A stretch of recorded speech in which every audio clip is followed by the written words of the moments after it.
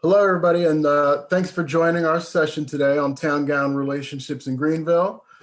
I'm your host, Scott Francis, the president of the ECU Alumni Association. We're glad you've joined us wherever and however you're joining us. Thanks for making us a part of your day. I hope that everyone is staying safe, healthy, sane, and well. As we get started, as always, want to share with you our format. First things first, we are recording this session so that our friends who couldn't be here can access it later. So please note that it will record both our screens and the chats. We have muted your lines upon entry, but we'll hear from our guest, Dr. Goodwillie, first, and then for optimal viewing and the optimal experience, you should select speaker view, which can be found on the upper right-hand corner of your screen. Also, we ask that you keep those lines muted for the duration of the program.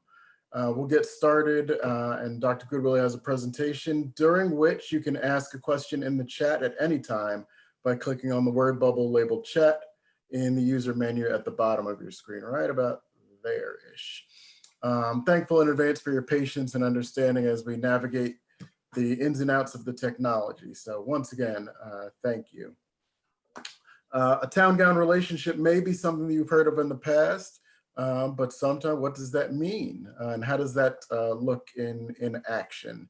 And what does it look like for us here in Greenville? So Dr. Carol Goodwillie will discuss how community engagement and partnerships involving students can really make a difference. She's here to share her diverse experiences in linking ECU students, environmental stewardship, nature education, youth, and the arts to bring benefits to the community and enrich the experience of the undergraduate.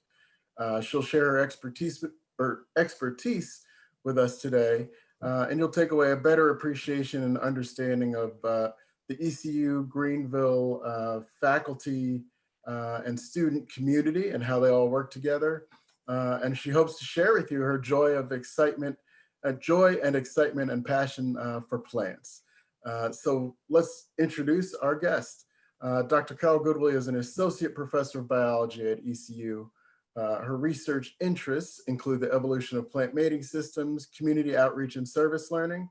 Dr. Goodwillie earned her PhD in botany from the University of Washington and earned bachelor's degrees in biology from UMass Boston and in flute performance from Oberlin College. She's been with us here at East Carolina University since 2001. That's her. Carol, thank you so much for joining us today. I really appreciate it. And the floor is yours, my friend. All right. Thank you so much. Now it's my turn to navigate. I am going to use share screen, and I'm actually going to turn my own video off. I'll come back at the end, but it's easier to do it this way. So let me see if I can share screen. All right.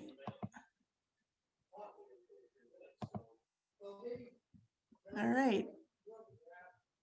And hopefully if I did that right, you can now see a PowerPoint file, correct? Yes. All right, good. Well, thank you guys for coming. I was invited to talk about the work that I've done on community outreach, and community engaged research is one of the real strengths of ECU. And the more I get involved with this field, the more I learn about the extraordinary work that's happening in all units of the university, partnering with all different segments of the community. But today I want to tell you about my own experiences, a couple of projects I've done in my own field in plant biology. So the wonderful thing about community outreach, of course, is that there are so many beneficiaries. Obviously, we're building bridges between ECU and the community, but the community is having services delivered that meet its needs. In many cases, it's gaining information from the research that happens in partnership with faculty, critical information to do its function. Faculty, in turn, have the opportunity to do lots of innovative pedagogy, as I'll talk about today, and develop research and scholarship, often grantsmanship. And the students, in turn, are often have the experience of gaining deeper understanding of academic content through this community engaged activity, obviously gaining leadership skills and really practicing their civic engagement skills for the rest of their lives. So I've been exploring a teaching approach called service learning, and it lies at a cross section between other forms of experiential learning. So at one end of the spectrum, we see volunteering, which fortunately many of our ECU students do, but the focus is really on the benefits for the community. At the other end of the spectrum, we've got internships, which many of our students are involved in, and there the focus is really on what they gain, what skills the students gain for their own development. But service learning kind of lies right in the middle. There are benefits both to the community and to the student. And the idea is that the service activities they do reinforce course material.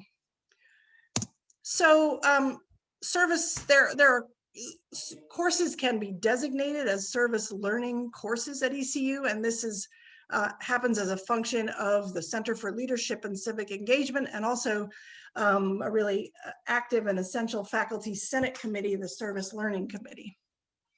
And I went to the ECU catalog and looked at how many service learning courses there are right now. These are courses with official service learning designation. So there may well be others that are doing these kind of activities, but haven't yet been really vetted.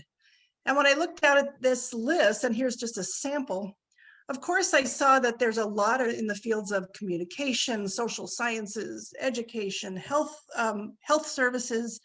And of course, in most of these activities, our students are interacting with people in the community. But I decided I wanted to move this into the realm of natural sciences, which had not yet been done at ECU. So in one of the definitions of service learning, students engage in activities that address human and community needs. Well, I decided to sort of broaden that idea of community to the plant community within which we live and we interact and enjoy all the time. So how can students benefit the plant community and its associated human community? And I applied for and got service learning designation for an existing course in plant biology. And this is just the description in the catalog, in the ECU catalog. And you can see it's a broad introduction to plant structure and function. But I added this service learning element. And what we're tackling with this service is the control of invasive plants in our community. So what are invasive plants? They are species that were introduced by humans from other parts of the world, and they've become aggressive competitors in their new home. So not all introduced plants become invasive, just the really kind of bully plants. So why do we care about them? Well, they can reduce biodiversity of native plants. They can reduce the aesthetic value of our natural areas. They don't always, but they can have negative impacts on measurable ecosystem services that we rely on. You might not know that the plant on the right there, which is often one of our favorites, it's the honeysuckle, is in fact a non-native plant and considered to be invasive. But you all, I'm sure, are well familiar with kudzu, which is so dominant in the Southeast that it's almost become an icon of the American South. And I looked online and I think there's probably 5 rock and roll bands with the word kudzu in their names. So obviously everyone is aware of the sort of dangers and worries about kudzu. For our project, we chose a species that isn't quite so famous, but perhaps equally problematic, and that is Lespedeza cuneata, or Chinese Lespedeza. It's a little perennial or small shrub. It's a member of the legume or bean family, as is kudzu, and as are many other invasive plants. One thing that's kind of interesting is that right here in North Carolina is the site of introduction. So way back in 1896, it was intentionally introduced here in our state for forage and erosion control, but it's now spread throughout the entire US.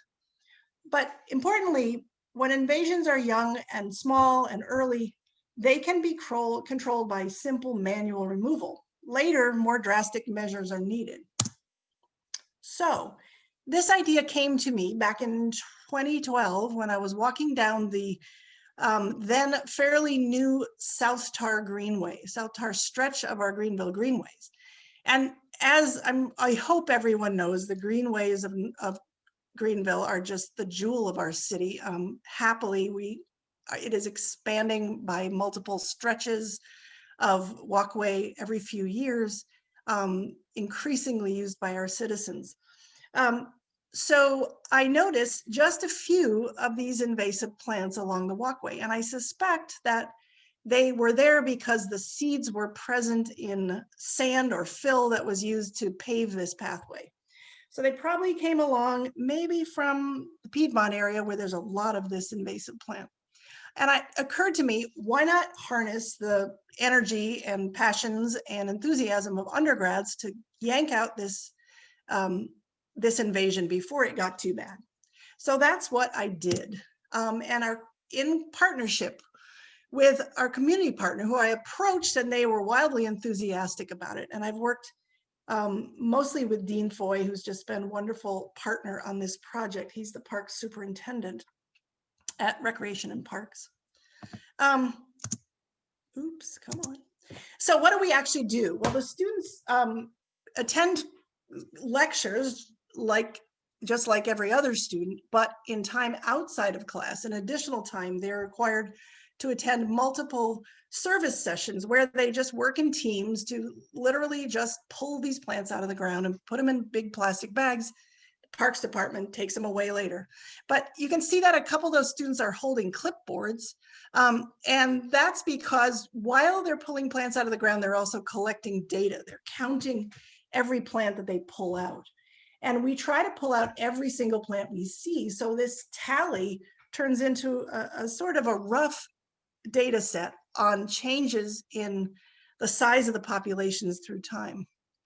Now, the literature tells us that these populations can increase 20-fold per year, 20 times more plants this year than last year in this Lespedeza cuneata. So we envision that the parts of the Greenville Greenway probably would look like this by now. And you can see it's just a big monoculture of Lespedeza, but thanks to my students, most of the trail is under control. And what you're seeing with those lines is changes through time, tallied by the students.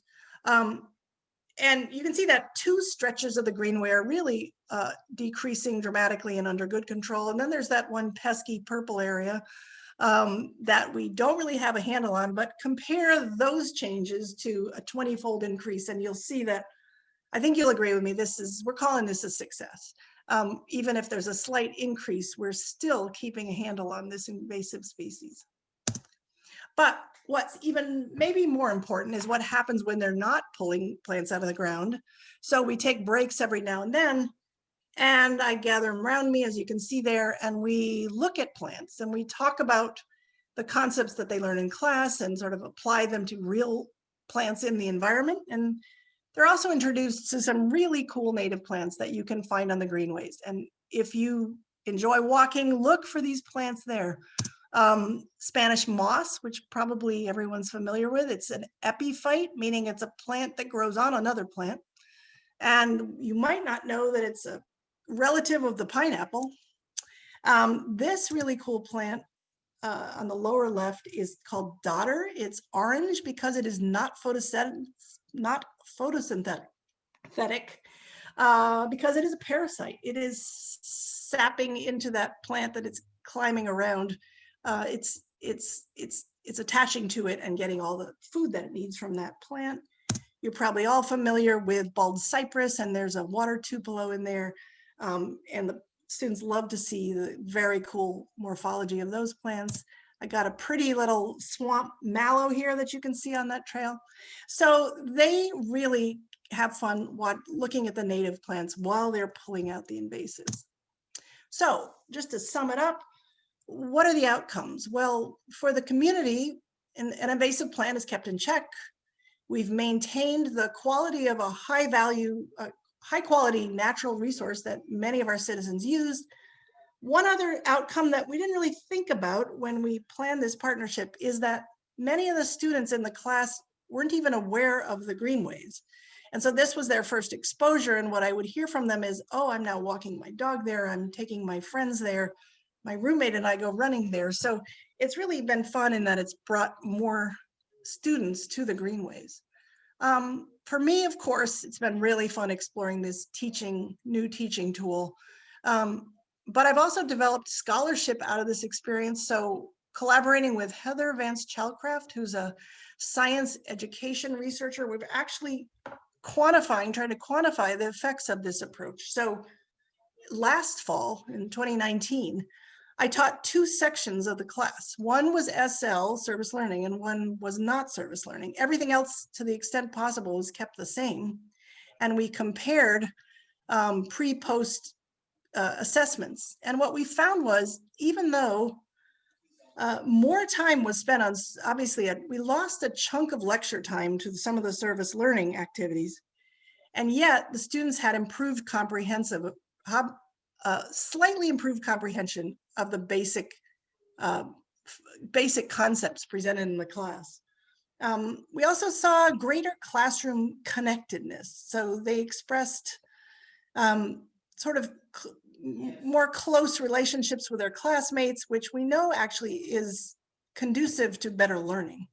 And maybe most importantly, they expressed increased confidence in their ability to solve environmental problems. So it seems like it's been a success. We will continue to have to battle this species for lots of years to come. But while we're doing it, the students will be getting these benefits. So I want to talk just for a couple of minutes about a more recent project in the community that I've done with collaborator Patricia, or Patch Clark. Most people probably know about Patch. She is a superstar of the ECU youth theater world. She brings these wonderful storybook theater plays to the kids in this community every year. We did this project in partnership with public schools and also the Greenville Montessori School. And the problem that we were tackling is something that has been given the great name plant blindness. And the idea is, when we look often as humans, when we look out into the environment, we see the animals, we see them in clear focus, but the plants are just this sort of green blur behind the animals. And this maybe happens because plants are very different from us. They don't have behaviors. Of course they do. If we speed up their behavior, we can see behaviors, but they don't have easily observable behaviors. They don't communicate. And so they're often sort of ignored. And this has negative consequences. People often feel disconnected with plants and nature, and that can limit the amount of investment that we put into plant conservation. We see low enrollment in plant biology programs, and that can lead to deficits of greatly needed trained plant biologists. So we decided, so we asked, how can we encourage more interest in plants? And so many people think that the answer is science. If we teach people the names of plants, the parts of plants, how plants work, they will get engaged with them and sort of start to take ownership of them. Now that worked great for me, and that's why I'm here today. But for many places, people, it's more like a bar than a door. Those words are intimidating, maybe not comfortable. And so it sort of drives people away from nature. So we asked whether the arts instead could open that door to interest in plants. And specifically, we asked whether theater could be used to get kids excited about plants, specifically about trees, which are sort of highly visible members of our community. So what we did is we ran a class and we enrolled both biology majors and theater majors. And we gave them a year to write and produce a play for youth about trees. So the biology students taught the theater students about biology. The theater students taught biology students how to write a play and how to produce a play. And it was challenging because these two groups of students were very different. Challenging anyway to get 16 people to write a play together, but they did eventually achieve it. And they wrote a play about a little girl named Molly who befriends an apple tree in her schoolyard, learns from it, and then ultimately saves it from destruction. So this is just a snapshot of the very first class, and you can see, well, you don't know, but there's actually one brave biology student who was willing to get into this improvisation on the first day. And what they're acting out, and I don't have time to talk about it, but it's like my favorite topic, is the very special pollination biology mechanism of the crepe myrtle, which I'm sure you're all familiar with in our environment. But that's what they're doing. They're acting out. I think the girl in red is a bee, and we've got some stigmas and some anthers there. Anyway, we had a lot of fun.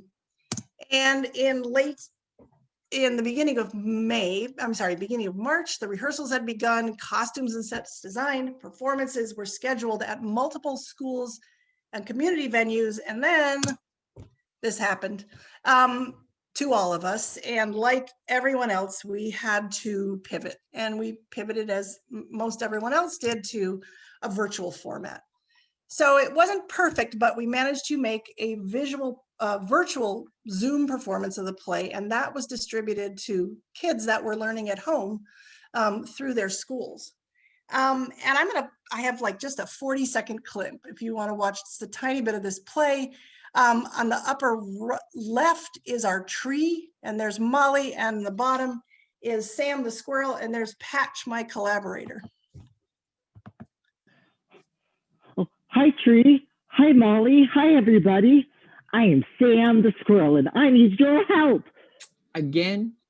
Again. I'm afraid it's happened again. What? What's wrong, Mr. Squirrel? Oh, he does this all the time. He gathers acorns for food and stores them underground, and then forgets where he buried them. Why, that's how one of my good friends came into this world. Sam the squirrel over there forgot about one of the acorns he hid, and then it grew it up to be my friend Ollie Oak Tree. Hey, Tree. Hey, Ollie. Gosh, that's amazing. So Sam the squirrel helped plant a tree too? Yep. Germination, you know. That line, germination, you know, my favorite line in the whole play. All right. And so Patch, my collaborator, came up with this other brilliant idea, which was to ask the actors to write and produce monologues to develop their characters in the play. And I want to show you just 30 seconds of one of these. This was wide open, no advice was given, and they all came up with sort of a different answer to the assignment. And here's one of the Mollies. I discovered my love for goldfish, the snack, when I was 5 years old. I discovered my love for nature and trees when I was 9 years old. This is my story. One day, I was eating a bag of goldfish and I threw it on the ground. Suddenly, this voice started talking to me. It was the tree. I thought I was crazy, but the tree was talking to me. The tree taught me many wonderful things and helped me realize that we as children can make a difference. All right. So anyway, those were a lot of fun to see. I discovered my love. Sorry. And those were packaged up with the play when we sent it out to the kids. All right. So what's next for me? I'm currently I'm an EOSA scholar. EOSA stands for Engagement and Outreach Scholars Academy, and I would be remiss in not mentioning this because this group is really important in promoting outreach and community engaged scholarship at ECU. So every year they take in a cohort of new faculty, not new, but faculty members, and they train them in how to do true partnerships with community entities where both are fully engaged in the research and both benefit from it. And so, like everything else, that was sort of mucked up by COVID as well. A live project became a virtual project, but what I'm doing in my project is building on that biotheatrics project, but now extending it to all of the arts, not just theater, but music, dance, visual arts. And what we're going to do is create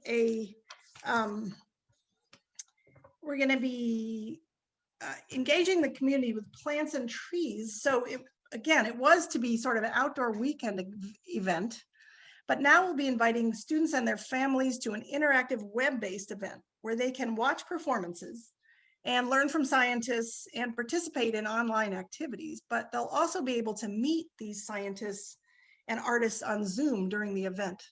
And we'll be doing research to try to gauge what the outcomes of that event were. So in closing, I'll just leave you with the word serwire, which none of us is really exactly sure how to pronounce, but we all know that word as pirates because this is our motto. So in service learning, our students and faculty are turning these words into action. And as they serve, they're reaping rewards for their own learning and development. And I'll just acknowledge a couple of funding sources. So for the Plant Service Learning Project was funded by an ECU teaching grant and by the Dominion Foundation. And the Theater Arts Science is being funded by some EOSA funding, but also by a plant bloom grant from the American Society of Plant Biologists. And so I'm grateful to those sources. And that's the end of my presentation. And I would love to take any questions if you have them. Let's see. Thank you, Kat. You want me to turn your camera back on? I got my camera on. Should I can stop sharing, but I don't know if anybody will have a question where they'd like to look at something. So up to you. Again, if you have a question, please go ahead and place it in the chat. I have one that came up during it. So full disclosure, my degree is in criminal justice. And then my master's is in college student personnel and counseling. I spend just about 12 to 14 hours every Saturday watching college football. And then my Sundays doing various things around the house. And so all of this, I won't say all of it, a lot of this is news to me. And I find super interesting, especially as you talked about the Spanish moss being related to the pineapple, which yeah, crazy, have right? further questions at some point about that. But what stands out to me is as I go about life, and you talk about plant blindness, but I'll often see students or people doing a path cleanup or gathered with bags, kind of pulling weeds is what my brain says. And now when I see that, I will say, oh, there could be something really in-depth going on there as you see kind of how it started there and has evolved into what it is. And so I say all that to ask, given where we are right now with the pandemic and those kind of things, what do you see as kind of up next in the future of these kind of projects, once assuming we get to a point, say, let's say a year from now, where it's safe to gather in such a way? Do you see this being kind of a model or a lasting, ongoing effort? Yeah, I sure hope so. And it's kind of a funny situation with COVID because, in some ways, one of the safest places to be with people is outside. But we don't want people gathering in tight groups. So,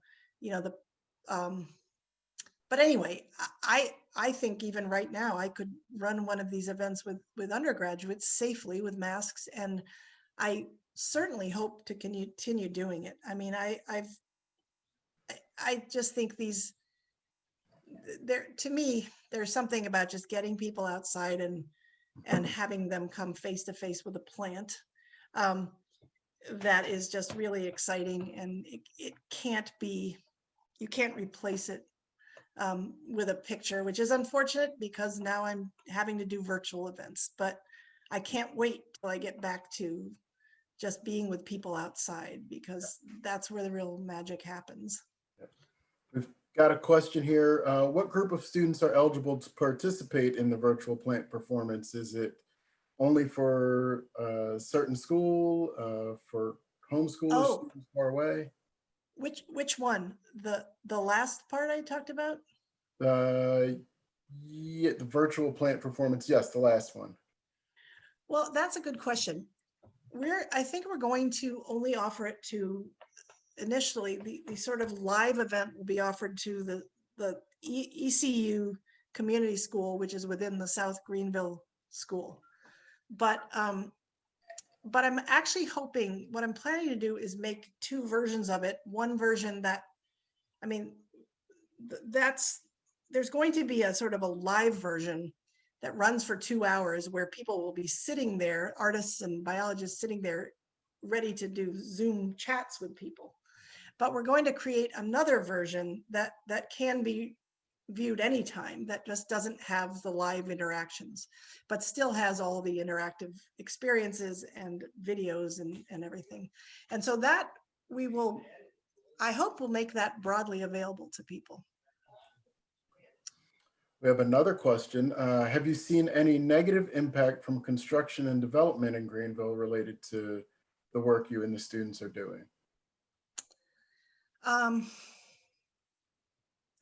Well, you know, development always takes a toll on native plants, native animals. There's just no way around it.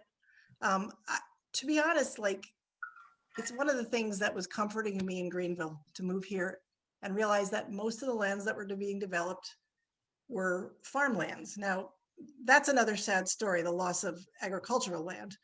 But those are lands where the sort of native plants and animals were already cleared off of them. And so watching a cornfield turn into a development, it doesn't hurt my heart as much as watching a ancient forest turn into a development. So I don't know, that's, so yeah, it's always a trade-off, you know, but we all want to see Greenville grow. So there's no great solution. Yeah, it's 6 on one hand, half a dozen on the other. Yeah. And I've been not related to plants, but in university communities where, you know, you want the community to grow, you want, you know, XYZ to happen, but then alumni come back to town and they're like, wait, what happened to my favorite place? Yeah. Well, we're growing. Yeah. Have you, how have your community partners perceived or appreciated the effort of your students? Would they consider it a successful engagement or partnership? That's a really good question. I mean, that's because that's the key answer. And I mean, I know that sadly, COVID really prevented us from having that feedback, really good feedback in the biotheatrics, you know, in the biotheatrics project. We'll never really know. I mean, these videos went out. I got informal feedback from like a smattering of students and parents and teachers, but we won't really know. Yeah. I do know that I mean, the parks as our collaborators in the invasive plant removal they're thrilled by what we're doing. I mean, it's so beneficial to them because it's, you know, it's bringing people out there, students out there. It's a free source of labor for them to tackle a problem that honestly they wouldn't have tackled. You know, they don't have the resources to even think about invasive plants. But they're thrilled to have us come in and think about it for them. So. Awesome. Now, when you approached Gary and Dean about this project, were they aware that those were invasive plants and what harm they were doing, or was that an aha for them? I think it was an aha. Yeah. In fact, Dean, who is a wonderful partner, sort of came clean at the beginning. He said, you know, he said to me, I'm so enthusiastic about your project, but I'm like kind of a soccer field park superintendent, you know, mow the grass, pave the paths. And as opposed to sort of a protect wild areas kind of, you know, there's sort of two concepts of a park.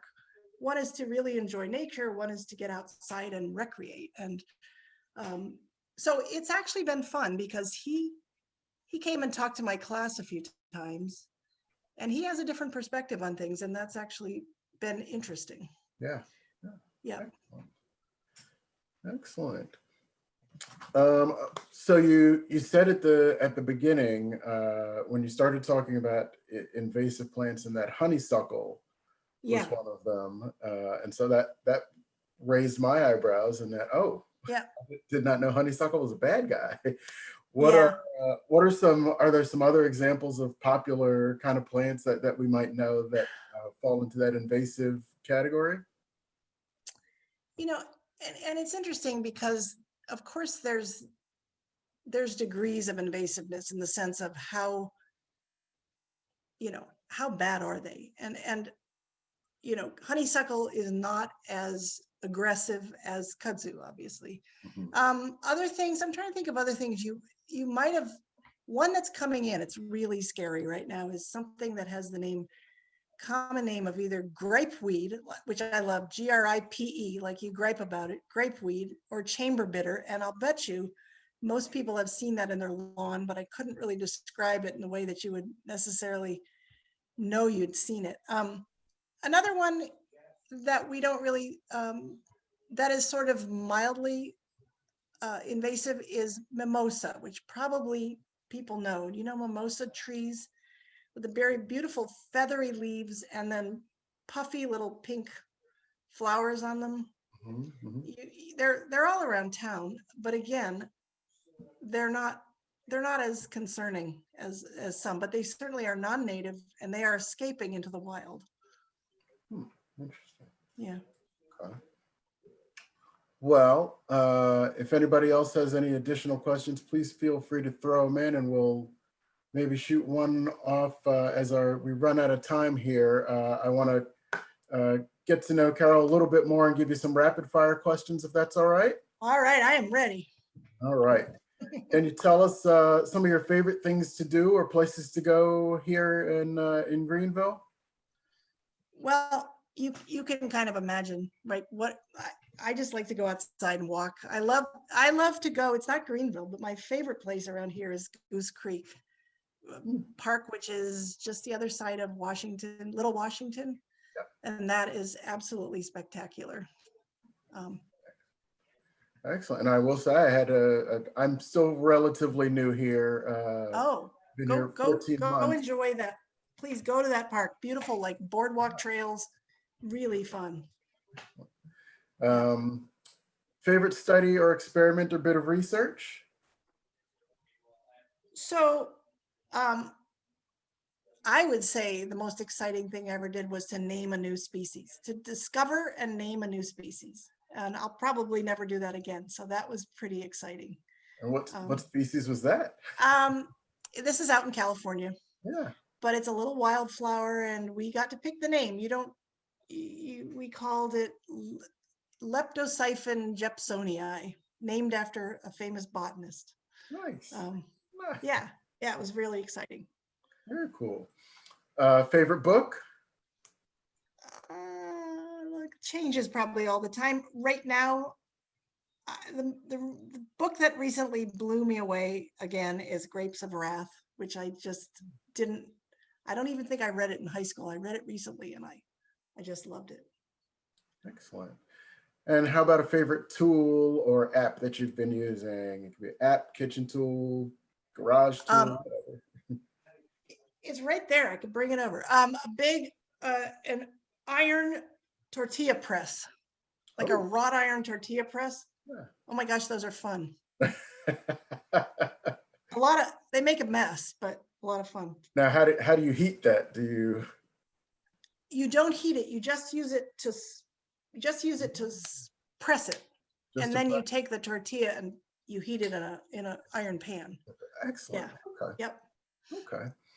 And then we'll get you out of here on it. Do you have a final word or challenge to alumni and or students who may be listening? Well, you again, you know what it's going to be, right? Just Get go outside and look at a plant, basically, right? I will say we've spent a lot more time outside in the last 7 months. Yeah. But being conscious of that plant blindness now, I will tend to that. Good. Excellent. Well, we'll close and just want to say thank you for joining us. Thank you, Carol, for your time and sharing your gifts with us. Look forward to seeing and hearing all the cool new things that are going on out there, especially once we get back to whatever normal is going forward. thank you all again for checking in. If you want to learn more about ECU's Department of Biology, the Thomas Harriot College of Arts and Sciences, or Dr. Goodwillie's work with the Education and Outreach Scholars, I am placing those links in the chat for your reference by pushing that button. Best way for anyone to catch up with you is your email? Sure, yep. Perfect, and you can find those at those links there. We'll continue to be engaged. Hope you'll continue to be engaged with us both in this time and well afterwards. To learn more about the Alumni Association and what we do, go to piratealumni.com. We have an array of virtual resources out there for this time. Please take a look at other items of interest. The association functions based on gifts from our donors, so if you are inclined to do so, please consider a gift to the Alumni Association commensurate with your ability to give and your passion. They are all certainly very appreciated. Keep an eye on our social media outlets as we have next week a Pirates Path event coming up on November 18th, where we'll talk to Dr. Carla Jones about her journey to be involved in the sports management industry. So thank you again for being here. Be well, be safe, and until again, thanks for joining us, and go Pirates. Yep, thanks for coming, guys. Appreciate it. Thank you. All right.